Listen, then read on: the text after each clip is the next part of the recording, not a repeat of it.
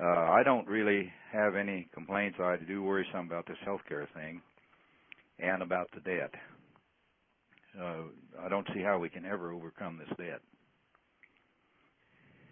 Well, it is the issue. I have written President Obama, and we have a meeting. I and a number of my colleagues here in the Senate tomorrow have a meeting at the White House with President Obama. My message to the President in my letter about a month ago was, Mr. President, we need your leadership to work with Republicans and Democrats to get the spending under control. It's going to be a hard thing to do. It's not easy, but it can't be a deal in which Republicans and Democrats spend all their time complaining about the other's proposal. And only a president can provide the leadership necessary to help us make the serious decisions that need to be made.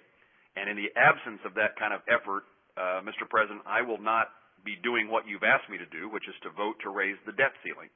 That we need to draw the line. We've raised the debt ceiling 12 times in the last 10 years. And it's something we can't just continue business as usual. And so we'll have that conversation with President Obama tomorrow, and I'm anxious to see whether or not he has the serious interest in helping us accomplish reduced spending. And so far what Congress has done, while it's a good thing to say we cut $38 billion in this year's spending, that's a sliver of a sliver in what we're talking about, and it's going to take not only reductions in spending today, but in my view, a constitutional amendment that keeps us from getting back in the position that we're in. Hello, Margaret. Hello. I'm on the District Conservation Board. And one of the things that we're in charge of is the Cheney Lake Project, which Cheney Lake supplies about 70% of the water for the city of Wichita. And President Obama now, with a woman from the EPA, are trying to turn water completely over to the Army Corps of Engineers so that the federal government will have absolute control of water throughout the United States.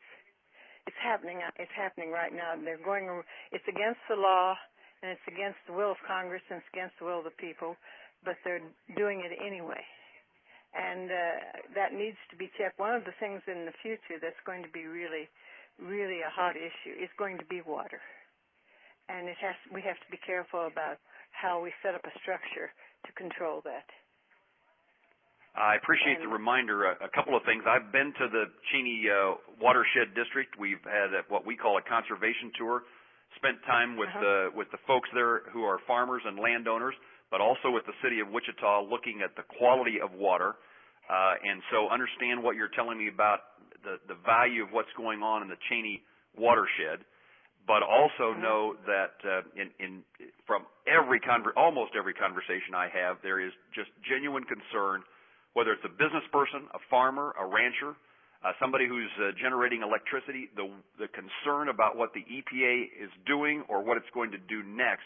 And it's one of those things, I think, that is contributing to our lack of economic recovery, is that businesses are concerned, farmers are concerned, ranchers are concerned, that if they invest, they don't know what it's going to be worth because of the new regulations that may come their way from the Environmental Protection Agency.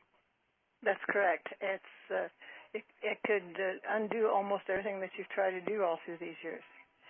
And we would, so I'd like for you to really keep a close look on that, if you would.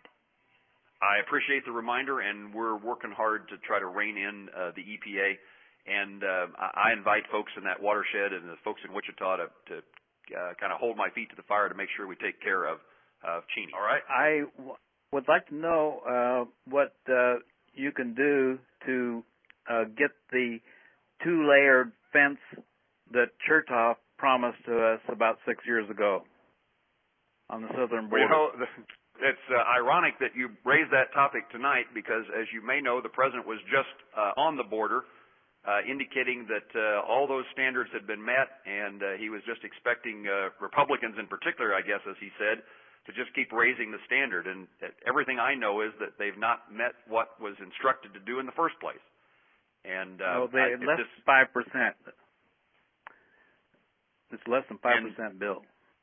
Yeah, and I'm of the view that securing our borders as best we can, both at the border and at the place of employment, is a pretty important task of the federal government, and it's embarrassing that the federal government, Congress, and the administration, past and present, have not done what they are required to do, in my view, under the Constitution of the United States.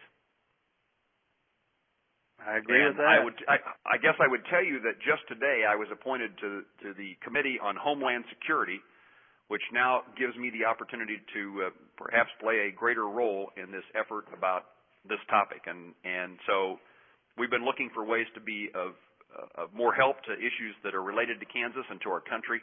And as of today, I've added a new committee assignment dealing with the Department of Homeland Security, and these issues are in their jurisdiction, and we're ready to certainly continue to make the case about the importance of fulfilling the promise that was made a long time ago now.